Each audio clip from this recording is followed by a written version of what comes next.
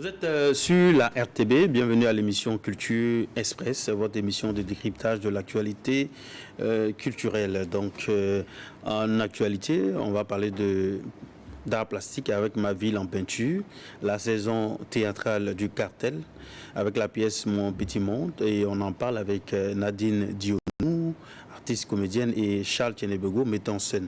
Puis les Koundé également, on en parle avec Bouré Madjiga, il est le commissaire à la sélection. Et on va terminer en humour avec donc les divas.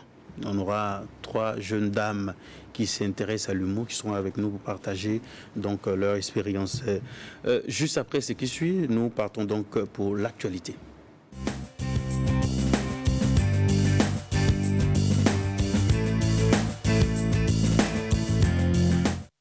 Il faut le rappeler, je suis avec Moumouni Yerbanga, comme tous les samedis. Bonjour. Bonjour Maurice et bonjour aux fidèles de la télévision nationale du Burkina. La première actualité concerne donc Faso Academy. La finale, c'était ce jeudi. Donc, Gérina Sorgo est la gagnante de Faso Academy 2021. Elle remporte la somme de 3 millions de francs CFA et puis des lots intermédiaires. On va suivre donc ce reportage et puis on en parle.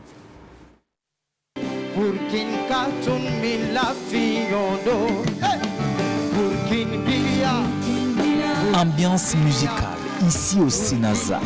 5 talents sous les projecteurs pour ce dernier acte du Faso Academy 2021.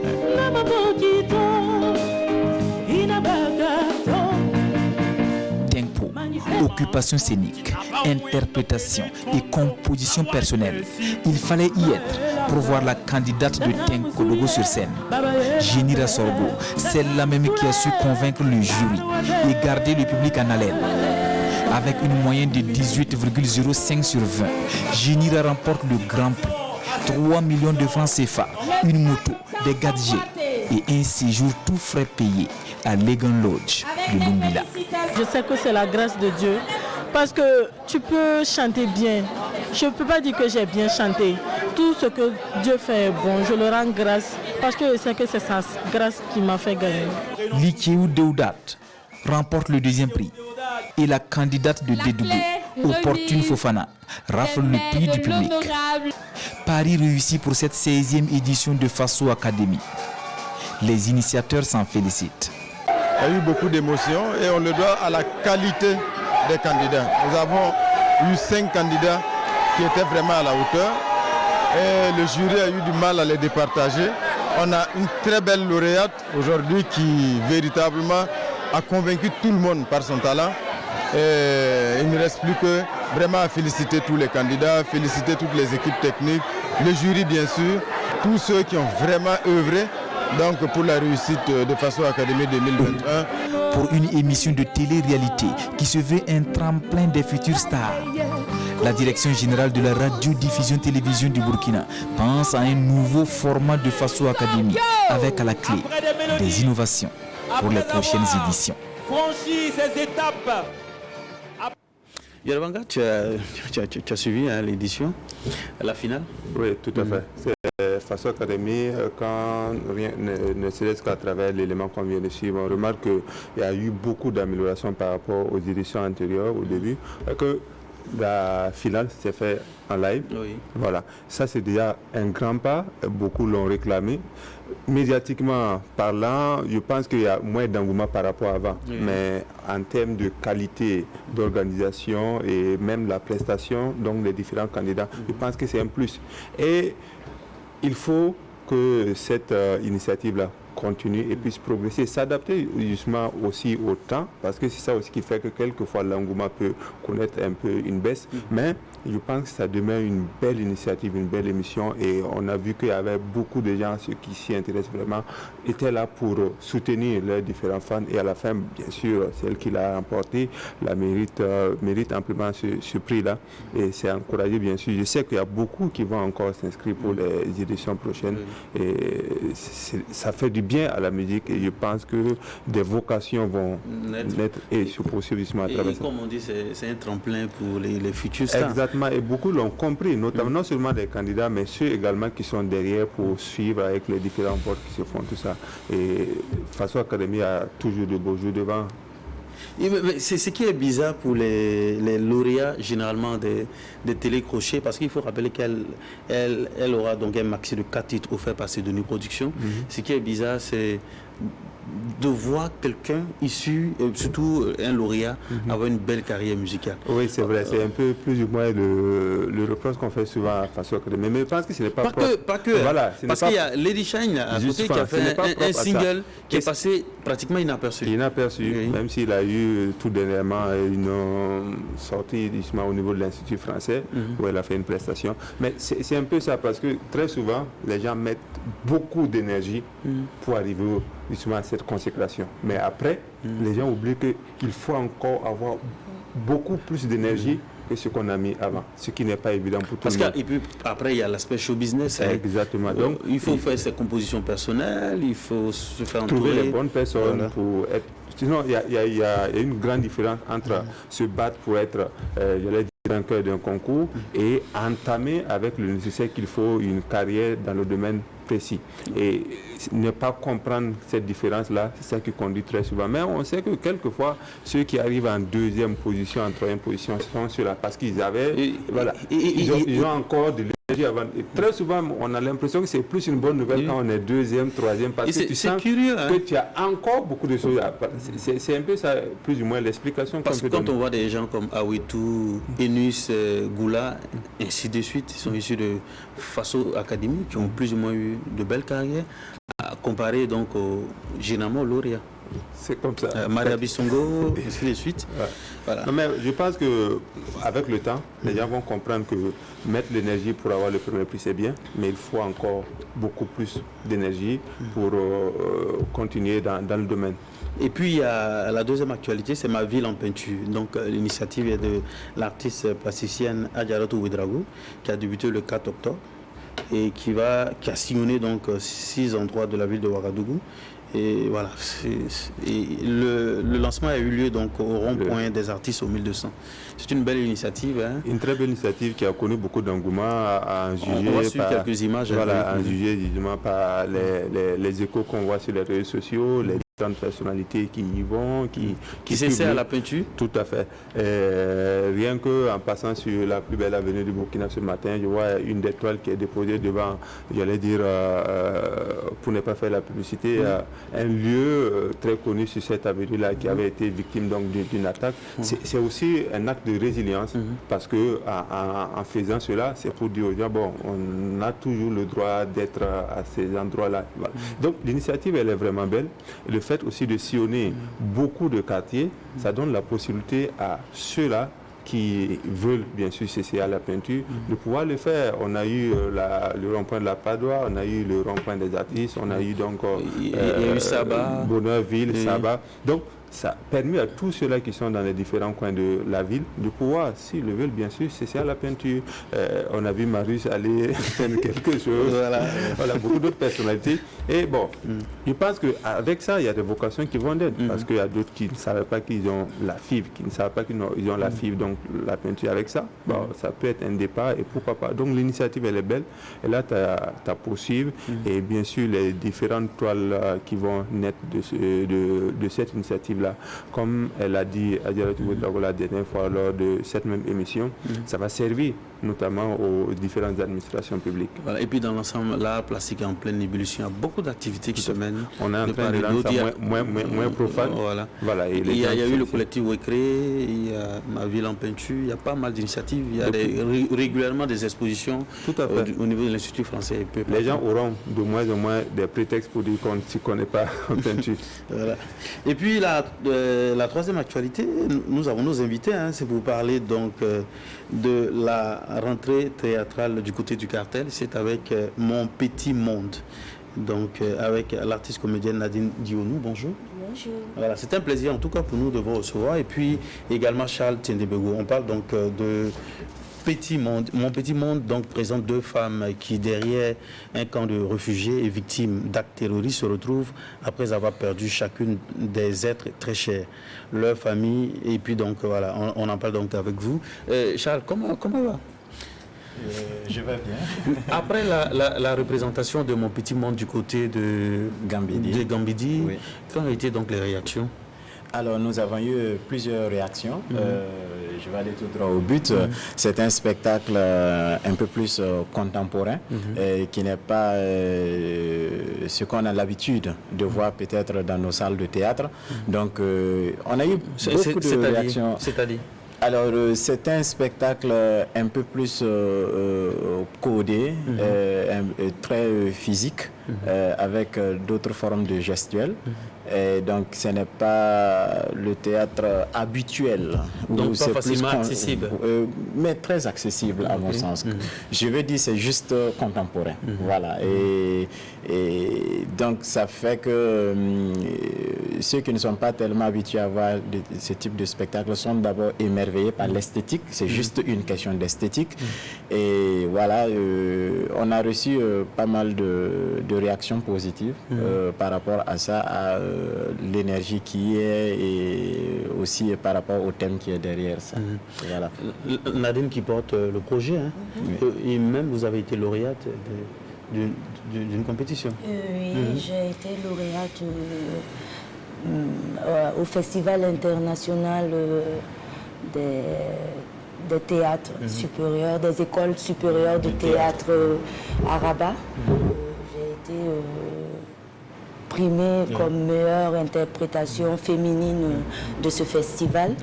Et c'est après ça que l'idée est venue, justement avec ce qui se passe autour de nous, ce qu'on vit au quotidien, le terrorisme et le fait de voir des déplacés internes qui vivent juste à côté de nous, qui partagent notre quotidien, mais parfois on a l'impression qu'on tourne la tête pour ne pas voir ça. Pour se dire que bon, peut-être ça arrive qu'aux autres, alors qu'on est tous des potentiels déplacés. Et dans la vie ordinaire, on va dire qu'on est tous des déplacés. On a tous été des déplacés. C'est ce qui vous a inspiré pour Mon Petit Monde. Voilà, c'est ce qui m'a inspiré pour Mon Petit Monde, mais plus par rapport aux femmes. Parce que j'ai constaté que au fil du temps, on voit que le terrorisme est plus... on tue plus les hommes que les femmes. Et qu'est-ce qu'on fait avec ces femmes? Qu'est-ce que ces femmes deviennent? Puisque la culture, même ici, on est éduqué comme quoi c'est l'homme qui s'occupe la plupart du temps de nous. Et ces femmes déplacées internes sont issues de milieux ruraux. Donc vraiment, le côté éducatif, culturel est beaucoup ancré où le respect de l'homme, l'homme qui fait tout est là.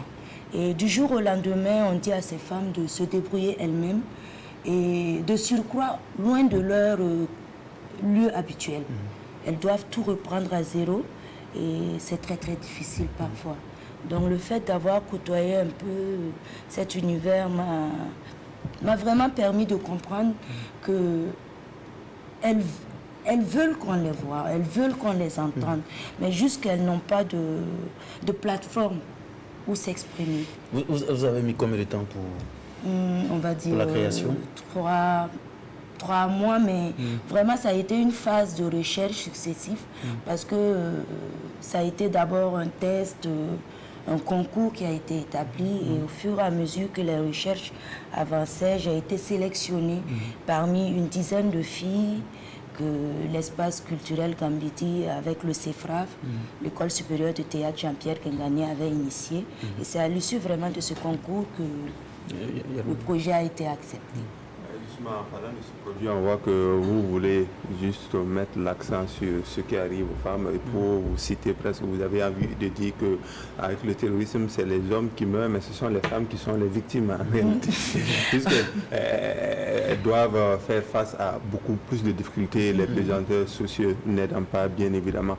Est-ce qu'avec un tel projet qui voit le jour, avec ce que vous présentez, qui est comme un acte de résistance, plus ou moins, et de soutien à ces femmes-là, est-ce que au-delà des spectateurs qui vont venir pour découvrir ça eux-mêmes, je le dis elles-mêmes, les femmes qui sont plus ou moins au centre du projet, est-ce qu'ils vont avoir ne serait-ce qu'un aperçu ou plus ou moins des retombées par rapport à ce projet-là? Oui, parce que ce projet, on l'a monté avec elle.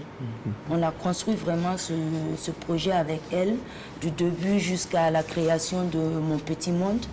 et elles ont été présentes pendant la création. Et c'est vraiment leur vécu qu'on a essayé de transmettre sur scène. Et les retombées, c'est vraiment cette visibilité. On a eu un travail en amont qu'on peut dire un peu de la thérapie théâtrale. On peut appeler un peu ça comme ça.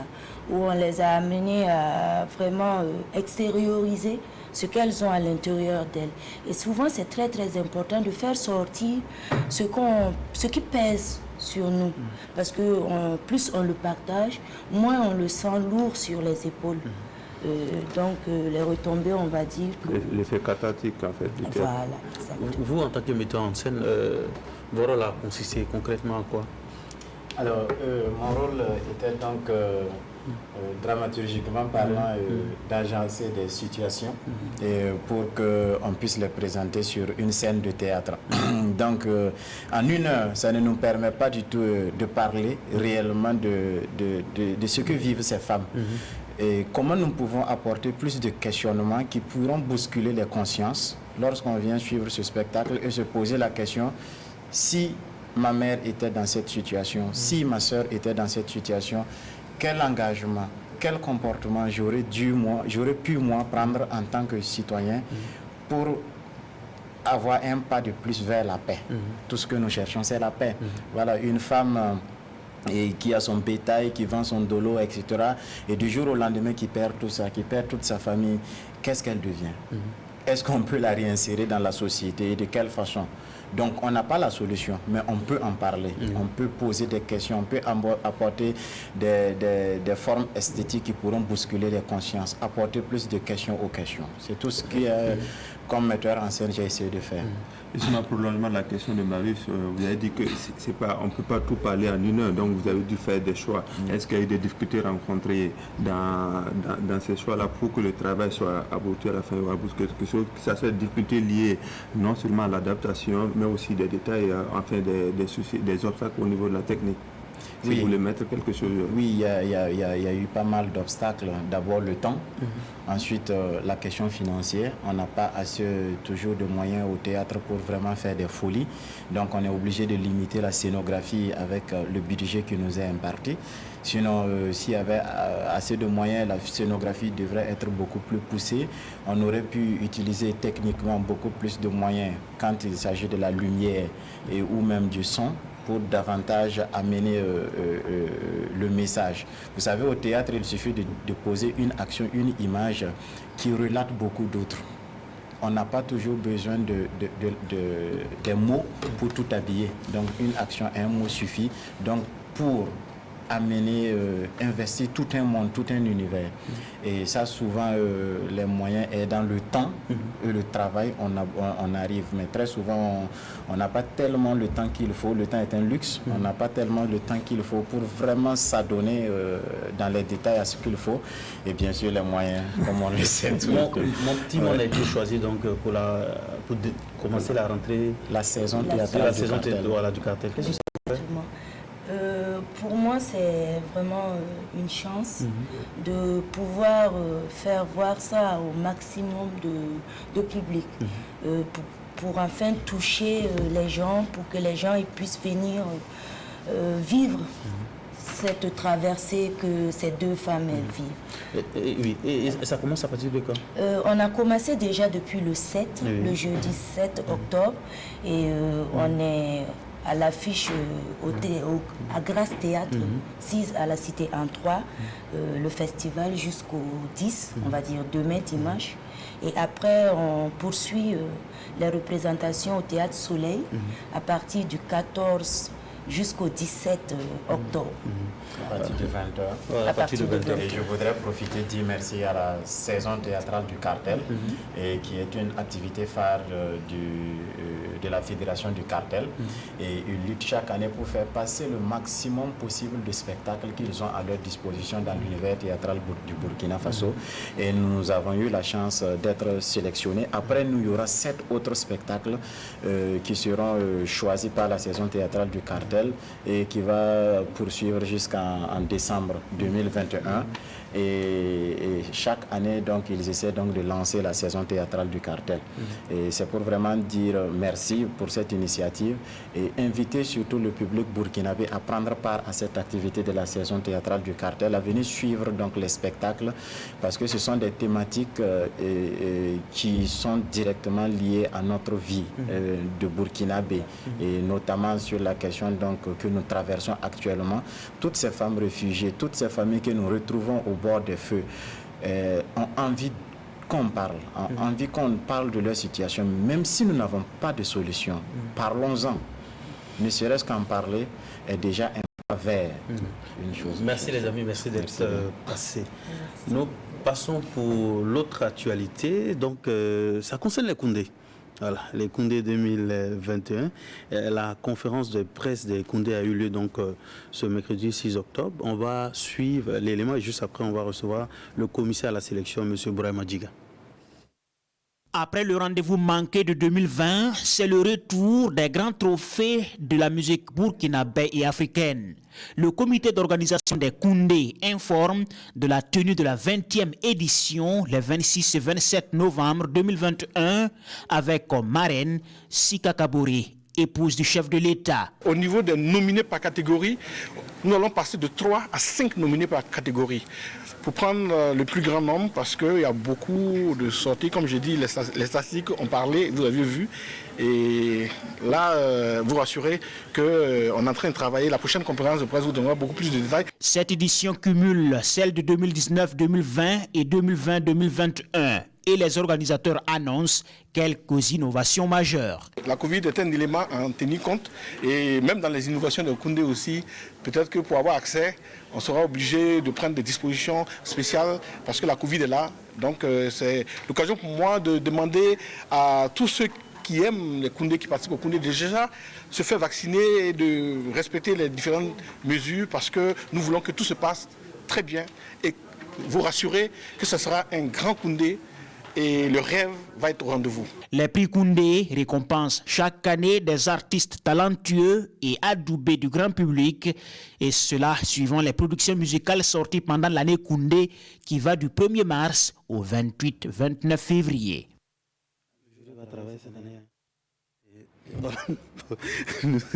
Je disais que le jury va travailler cette année. Nous recevons le doyen, le grand frère Bourama Djiga, qui est le commissaire à la sélection des Koundés. Bonjour. Bonjour Maris, bonjour à tous les téléspectateurs de la RTB Télé. C'est un plaisir en tout cas pour nous de vous recevoir pour parler donc des Koundés, puisqu'il y a eu la conférence de presse mercredi. Déjà, nous sommes à quelle phase avec les Koundés? Merci Marius. Avec votre permission, je vais d'abord, au nom du commissariat général des Koundés, remercier tous ceux qui ont soutenu et continuent de soutenir ouvertement, mais aussi discrètement et de façon efficace les Koundés. Ce qui nous a permis de tenir pendant 20 ans.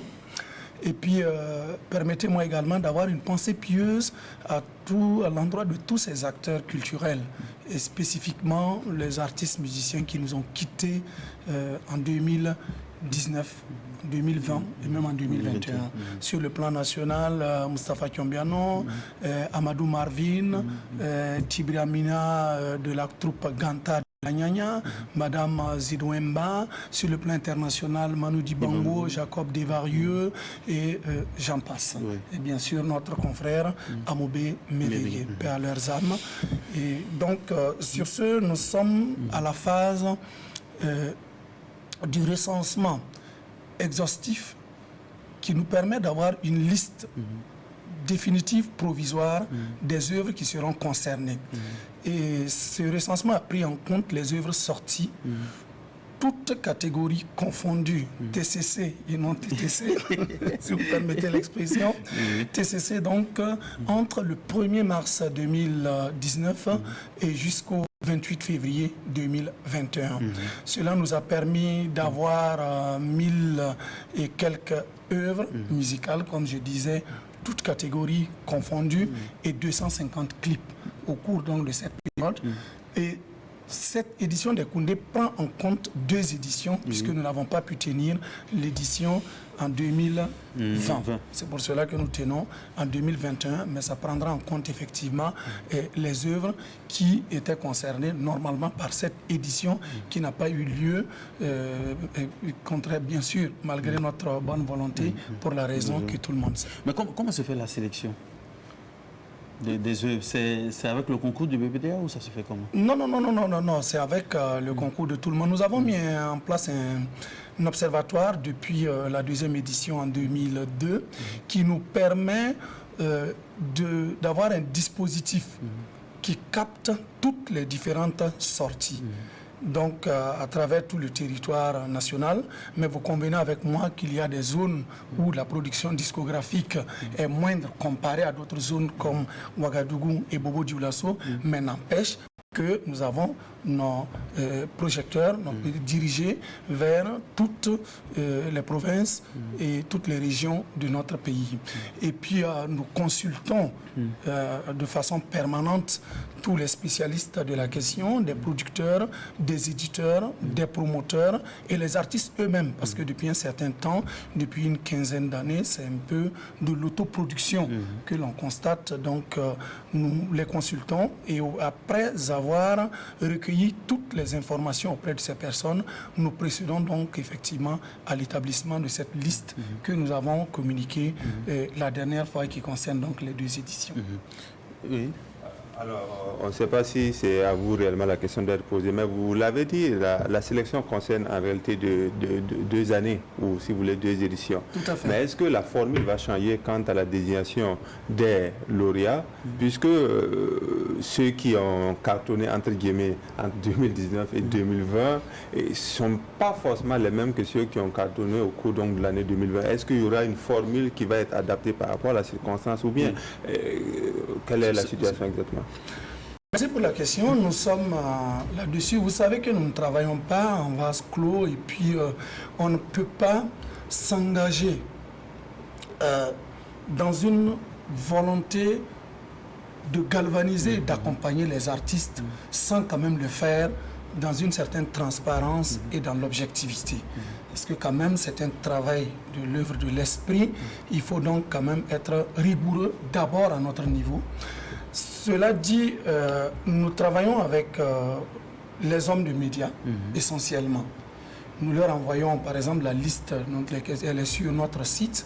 Nous la soumettons aux hommes de médias qui, à leur tour, nous font des retours. D'abord, pour attirer notre attention, dire attention, il y a ici une coquille, parce que pour nous, toute œuvre humaine est perfectible. Ou bien, il y a eu un oubli. Alors, à l'issue de ça, nous allons leur demander de... Autrefois, les autres éditions, les éditions précédentes, c'était de classer 3 nominables par catégorie.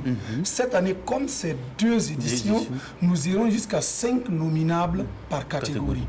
Et les gens vont faire les propositions et il y aura donc un comité de dépouillement, comité technique qui va faire un travail quand même sérieux, pointu, en prenant en compte ce que vous dites effectivement. Et nous avons déjà attiré l'attention des membres déjà de ce comité qui sont déjà à l'œuvre, mais vraiment de façon discrète mais efficace, ils sont en train de faire ce travail.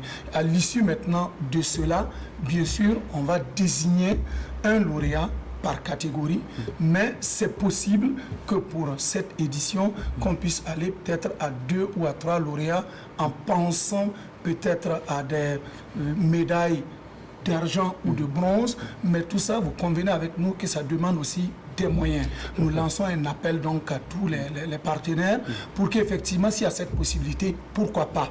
Mais nous restons vraiment ouverts aux réflexions pour que les Koundé continuent à jouer leur rôle aussi bien sur le plan national que sur le plan continental, parce qu'aujourd'hui, c'est une référence culturelle continentale. Il y a un gros travail de mémoire pour ce qui va concerner 2019, parce que c'est pas évident que les gens se souviennent de ceux, par exemple, qui ont cartonné en 2019. Mais c'est notre rôle et c'est le rôle également de nos partenaires, les journalistes que vous êtes. C'est pour cela que nous avons fait un recensement exhaustif.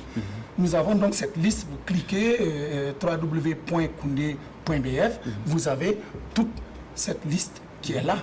Donc ça réveille.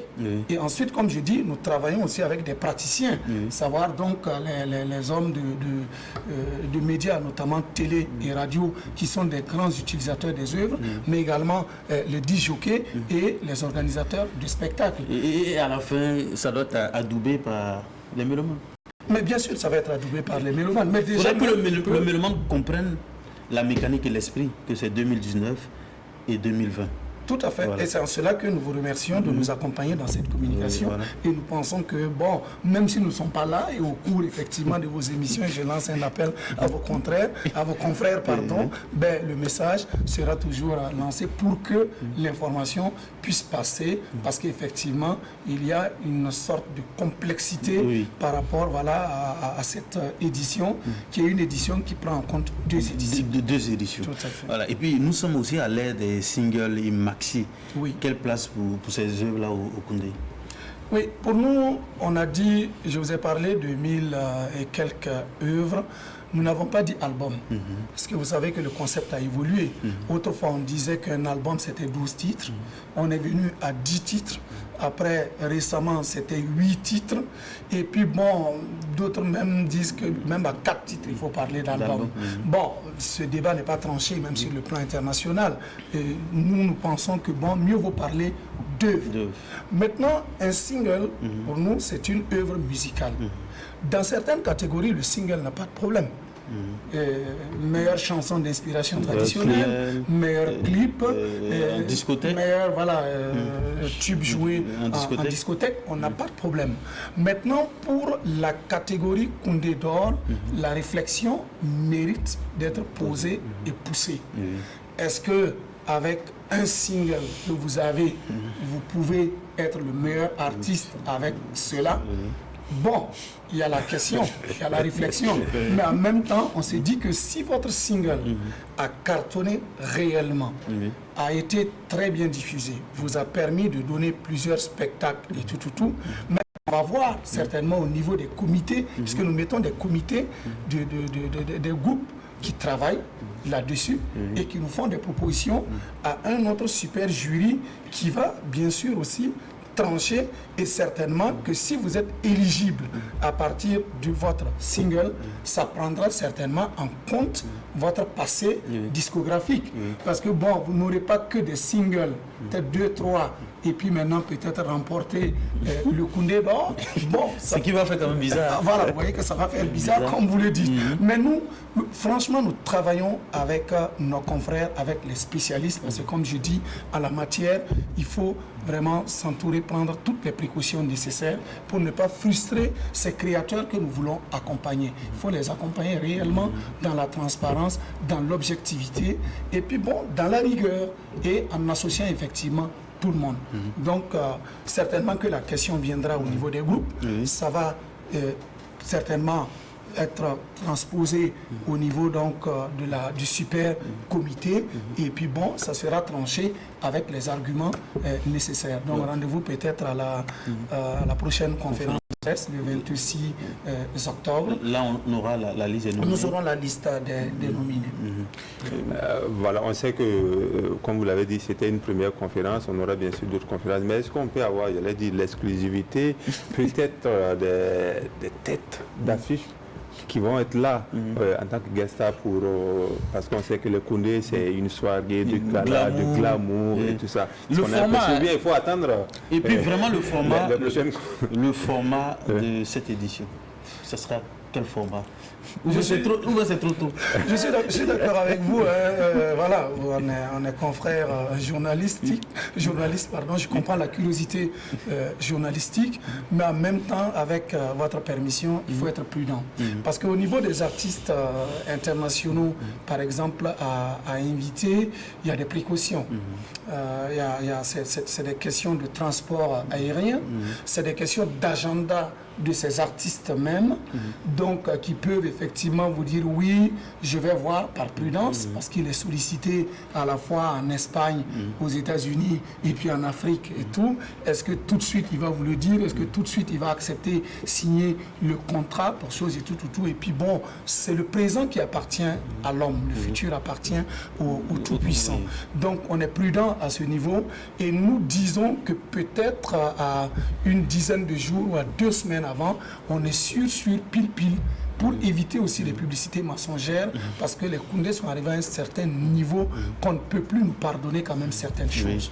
Donc il nous faut vraiment être rigoureux et assez professionnel pour vraiment dire des choses que nous pouvons respecter. Et on peut dire quand même, c'est le seul événement qui tient depuis plus de 20 ans. Ouais, tout à fait. C'est vrai qu'on aurait souhaité en 2020 un couronnement assez magnifique. On sait que le corona a joué, donc on espère que le programme qui a été prévu pour les 20 ans des Koundés, parce qu'on avait annoncé une conférence de presse avec des choses assez magnifiques, on pourra l'avoir donc pour cette édition. Merci pour les fleurs. Une fois de plus, la magie des Koundés va s'opérer. Mais en même temps, nous sommes dans le domaine du rêve. Donc, on va continuer à rêver. Voilà, mais si on dit tout déjà, bon, en même temps, on ne rêve plus, et puis ça ne fait pas intéressant, en même temps, il faut la surprise. Le fait de tenir ça à une date, j'allais dire irrégulière, parce que le Koundé, on sait que c'est le dernier vendredi du mois d'avril régulièrement. Pour cette édition, c'est en novembre. Est-ce que ça change quelque chose? Pour 2022 oui, voilà, ça change quelque chose positivement ou négativement? Et puis il y a pour 2022... Il y a des enjeux organisationnels. Et qu'est-ce qu'on va faire pour 2022 également? Parce que normalement c'est le dernier vendredi du mois d'avril. Oui, nous allons revenir à notre cadence, mais en même temps, après cette édition, parce que c'est la 20e édition, 21 années d'existence, bon, ça fait que nous allons quand même marquer nous allons nous retrouver pour réfléchir, et avec vous bien sûr, avec bien sûr d'autres acteurs culturels, que ce soit du secteur public, parler du ministère de la Culture, du secteur privé, et même des gens de la sous-région, et même de l'international, pour réfléchir un peu sur l'avenir des Koundés, et en même temps on verra par rapport à l'édition 2022 comment elle va s'organiser, quelles seront les différentes innovations. Donc nous n'en faisons pas un monopole, nous sommes ouverts et on va vraiment nous ouvrir à la critique et puis solliciter les réflexions des uns et des autres pour pouvoir effectivement améliorer et continuer. Le grand frère, pour finir? Pour finir, nous allons remercier la RTB qui est le principal partenaire. Depuis notre première édition, c'était exactement le 9 février 2001 du côté donc du ciné Neroya. La RTB était là et elle est toujours là. Merci également à tous ces organes. Et je profite de remercier tout le monde parce qu'au début, on disait « et les Koundés ». Et puis après, on dit « et vos Koundés ». Et aujourd'hui, quand on nous demande, on dit « et nos Koundés ». Ça veut dire que les gens se sont appropriés de l'événement. Donc nous remercions déjà le peuple burkinabé, je dirais le peuple africain, parce qu'on ne peut pas aujourd'hui vivre avec des grands ensembles comme l'UA, la CEDEAO, lui et moi, et continuer donc à vivre comme si on était vraiment dans une certaine autarcie, ce qui n'est plus possible dans le monde d'aujourd'hui. Donc les Koundés appartiennent à tous, mais en priorité aussi aux Burkinabés, puisque ajouter au FESPACO, ajouter au CIAO, ajouter autour du FASO, au FITD, SNC, et j'en passe, c'est vraiment un événement qui vient renforcer le leadership culturel du Burkina. Un Burkina donc qui gagne, qui se bat avec peu de moyens, mais qui arrive à réaliser de grandes choses. Donc merci à tout le monde et rendez-vous pour le 26 novembre pour vraiment l'événement. Pour la presse, le 26 octobre prochain pour dévoiler effectivement les nominés. Et nous réitérons l'appel en disant aux gens d'aller sur le site, ceux qui ont reçu également la liste et tout, de se pencher là-dessus et de commencer donc à réfléchir pour nous proposer les 5 nominables par catégorie afin que cette édition soit une réussite à la hauteur des attentes. C'est toujours un plaisir de vous avoir. Merci. Il parle tellement bien. Je vous en prie. Vous avez tous mes encouragements. On s'était battu toujours pour que la culture ne soit pas aux périphéries de l'information et de la communication au Burkina, dans un pays culturel. Et aujourd'hui, quand on regarde le programme de la RTB télévision, la RTB radio et même les autres chaînes, la culture a pris sa place. Tout part de la culture, tout doit partir de la culture. Et à commencer par le développement, car le développement repose sur cette culture. Merci au doyen Dramadjiga. Merci. On vous propose une vidéo et juste après, on va recevoir 3 divas de l'humour. Donc, c'est Prince Zoïtaba, qui d'ailleurs, la semaine dernière, était du côté du Sénégal. C'est Senaza qui a fait un beau spectacle. On va suivre une vidéo de Prince Zoïtaba.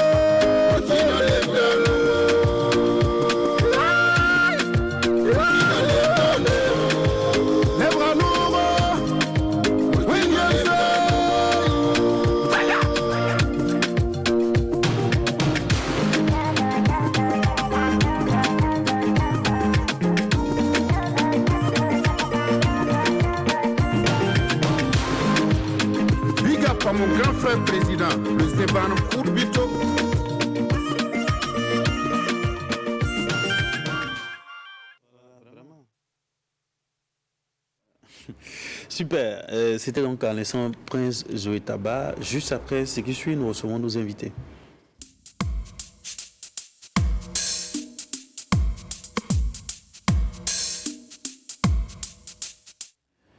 Avec les invités, les divas du rire, elles sont au total 10, mais bon, on ne peut pas contenir ces 10 charmantes. On en a choisi 3 pour être là, pour parler d'humour. Voilà, parce qu'elles ont décidé de s'essayer à l'humour. Ce sont donc Léa Fulot. Je prononce bien? Presque. Léa Fulot. Léa Fulot. Minata Diéné. Tout à fait. Voilà, et puis Alida Nassa. Voilà, et tous ont été, elles ont participé à un casting donc, du collectif des architectes du rire. Donc 10 femmes ont été retenues pour donc, se former en humour pendant 6 mois, c'est ça, hein? C'est ça. Et, ma question va commencer avec Minata Diéné, qui est issue du monde du théâtre, c'est un visage assez connu. Pourquoi on décide d'aller au niveau de l'humour? La décision est venue toute seule, comme ça, de façon naturelle. Envie d'explorer d'autres facettes de l'art. Et puis, je n'ai pas hésité. Quand l'occasion s'est présentée, j'ai été retenue lors du casting. Et puis, voilà, le début d'une aventure. Néanmoins, vous n'allez pas abandonner le théâtre? Non, ça va de pair, ça va ensemble. Et vous, Léa, c'est venu comment, cette envie de faire de l'humour? Moi, ça fait très longtemps que je voulais m'essayer à l'humour, mais j'avais jamais eu l'opportunité. Et vraiment, je pense qu'on est tous d'accord pour remercier le CAR, le collectif des architectes du rire, et Moussa Petit-Sergent d'avoir organisé cette formation et qui nous ouvre beaucoup de portes et qui nous a permis d'apprendre, mais maintenant aussi de nous lancer dans ce monde-là. Et quand je regarde, c'est jusqu'à 6 mois, c'est ça, hein, de formation. Vous avez appris quoi pendant ces 6 mois, Nassa? On a appris beaucoup de choses. Et comment se tenir sur scène, et comment parler en public, aussi, et la voix. La voix? Oui, la concentration aussi. La voix, c'est-à-dire dégager la voix? Oui, dégager la voix. Comment se faire attendre. Voilà. Entendre? Oui. Voilà. Tu peux parler et puis on ne t'entend pas. Oui. Oui, ça. Et avec qui comme formateur? Et Jonas, le vieux père Jonas. Et Tish. Moussa Petit-Sergent lui-même. Et puis Hippo Ganga. Ce qu'on va faire, on va suivre le reportage donc, sur la cérémonie donc, de restitution. C'était donc le 30 septembre dernier. On va suivre le reportage. Voici les 10 premières humoristes formées au collectif des architectes du rire. C'est avec passion et dévouement qu'elles ont passé 7 mois à perfectionner leur talent. Toutes des femmes, c'est aujourd'hui qu'elles font leur première sortie sur scène afin de montrer ce qu'elles ont appris pendant la formation. Ton loyer dépend de madame la directrice du Fouenet.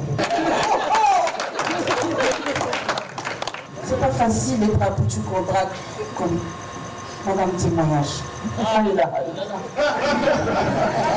À travers cette cérémonie, le collectif des divas du rire vise à promouvoir l'humour au féminin avec cette première promotion.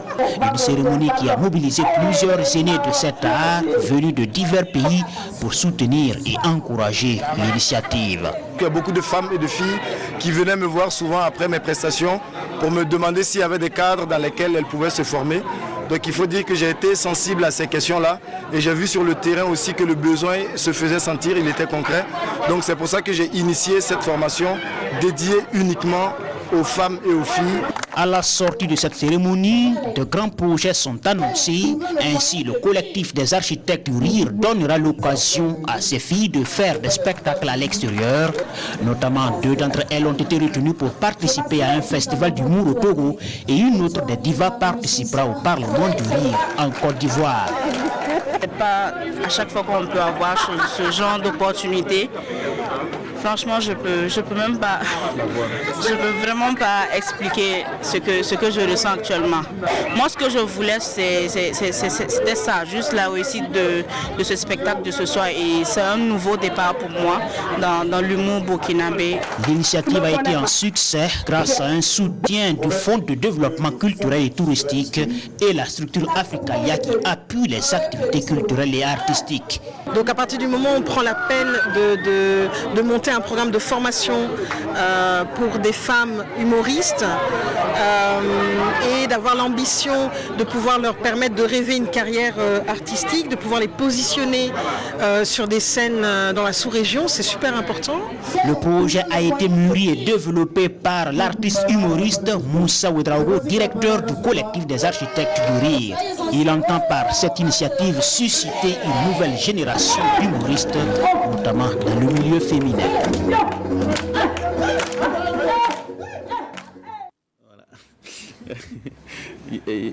Oui, un très beau reportage. Alors, une question peut-être à nos trois divas présentes ici. On sait qu'il y a beaucoup d'artistes, la filière humour marche très bien. Il y a beaucoup d'hommes notamment qui font des one-man shows. Et avec vous, on en aura droit certainement.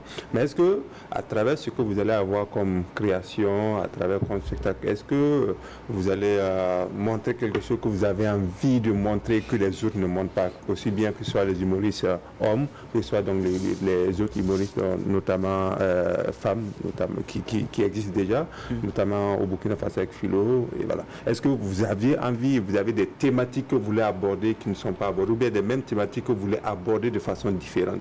Est-ce que ça a aussi contribué à aller justement vers l'humour? Est-ce que ça vous a incité? Ça fait partie des motivations?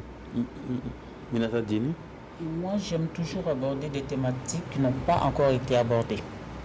Je n'aime pas faire comme ce qui a déjà été fait, que ce soit au théâtre, au conte, ou voilà. Donc je me dis à l'humour aussi, ce sera pareil. Je n'aime pas toujours aborder les mêmes thématiques, sinon je prends sous un autre angle pour le traiter. Voilà. D'accord. Depuis, vous avez fait 6 mois, votre regard sur l'humour a changé? Oui. Positivement? Oui. Comment est-ce que vous percevez désormais l'humour?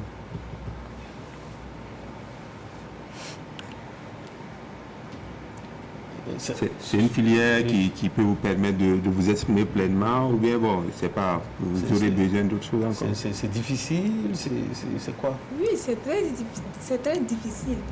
Et si tu n'es pas dans le domaine, tu penses que c'est quelque chose de facile. Mais si tu rentres dedans, À quel niveau? Au début même, je voulais laisser. Pourquoi? C'est quoi? À quel niveau? Il faut creuser ta tête pour pouvoir trouver les idées. Pour faire rire. Pour faire rire. On ne se lève pas comme ça pour aller faire l'humour. Non. On a souvent l'impression que l'humoriste, il arrive sur scène, il fait des blagues, ça fait rire tout le monde, ça lui est venu comme ça. Mais en faisant la formation, on s'est rendu compte que c'est un vrai travail. Il y a énormément de travail en amont. À quel niveau, par exemple? Mais tout est, une blague est construite et elle est travaillée plusieurs fois. Chaque mot compte pour que le rire soit le plus fort possible.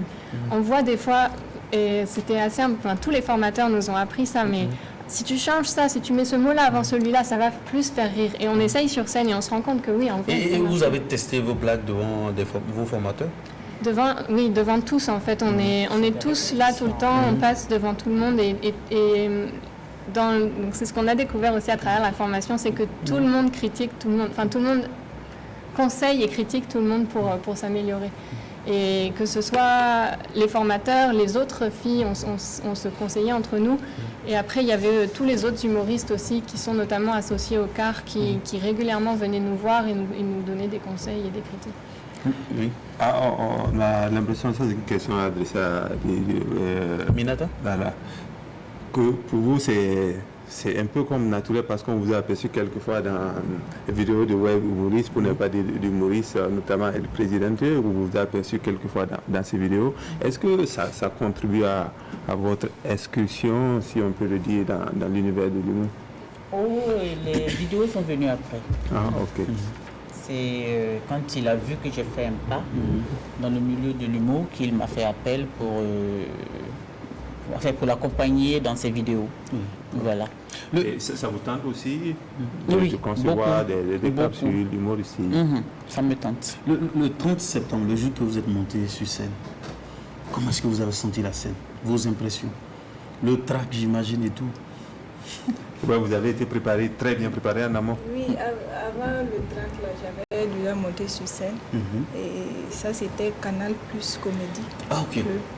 D'accord. Donc, il y a plus ou moins une expérience. Oui. Quelle est la suite pour chacune d'entre vous? Vous préparez un one-man show? One woman show. Voilà. Ou c'est quoi? Je pense que ça, à terme, c'est ce qu'on souhaiterait toutes faire. Mais on voulait aussi continuer l'aventure collectivement. Et on a eu la bonne nouvelle à la fin du spectacle de restitution. On va monter un spectacle qui s'appellera Moussa et les divas, avec Moussa Petit-Sergent. Ah oui, hein? Et ensuite, Une tournée est prévue. Une tournée est prévue aussi sur le spectacle qu'on a déjà monté. Et pas seulement à Ouagadougou, mais au Burkina Faso. Ok. Donc ça s'annonce déjà bien. Oui, la saison s'annonce bien. Et mais véritablement, rentrer en plein temps dans l'humour, en faire un métier? Oui, moi oui. Moi aussi. Et vous? Oui. Donc il y a un travail d'écriture qui a commencé? Oui, depuis. Donc après cette formation, vous à votre niveau, il y a des choses, qu'est-ce qui est prévu? Il y a des formations complémentaires, c'est quoi exactement? Pour le moment, il n'y a pas de formation complémentaire, mais je suis en train d'écrire des sketchs. Est-ce qu'il est difficile pour une femme d'être humoriste? Oui, c'est très difficile. Pourquoi? C'était déjà même côté famille, là même, là, on voit ça négativement. Comment ça? On parle que ce n'est pas un travail sérieux. On trouve que ce n'est pas un travail? Oui. Voilà.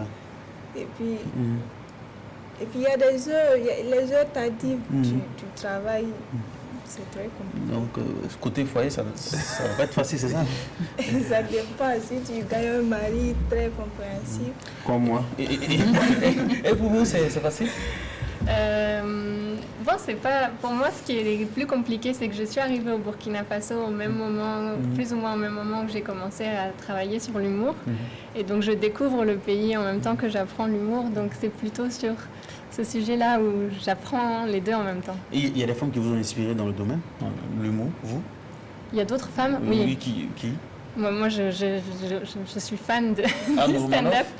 Anne Romanoff, j'adore Blanche Gardin, oui. humoriste française. Oui. Et vous mentionnez Philomène Nanema, enfin, je pense que c'est un modèle pour nous toutes. Oui. Et vous? Et Philomène Nanema aussi. Oui. Et puis, Moussa même. Oui.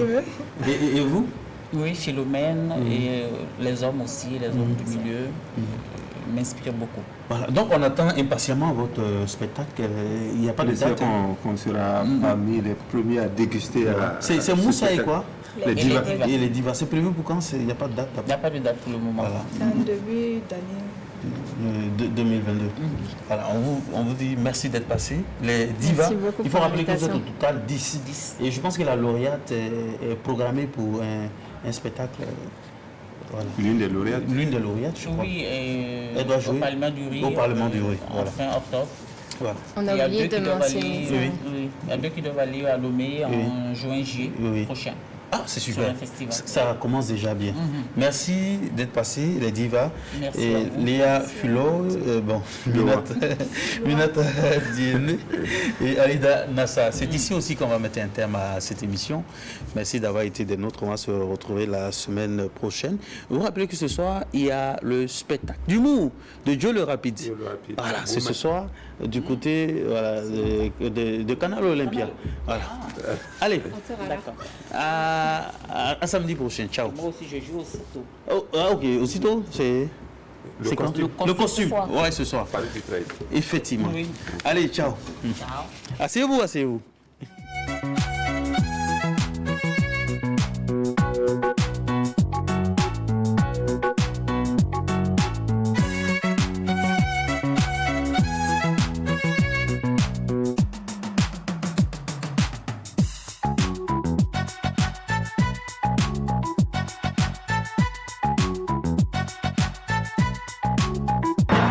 Et c'est reparti pour Slam Live sur la radio aux couleurs de vie. Plongez dans l'univers des consonnes et voyelles, l'alchimie du verbe et de la verve à travers votre émission Slam Live. Du 21 août au 9 octobre, vivez Slam tous les samedis de 16h à 17h sur la radio Canal Arc-en-Ciel 96.6 et 88.5. Date limite d'inscription 20 août 2021. Infoline 70 51 90 23 63 71 03 23 65 69 65 30. Le meilleur de la radio, c'est sur la meilleure radio, Canal Arc-en-Ciel.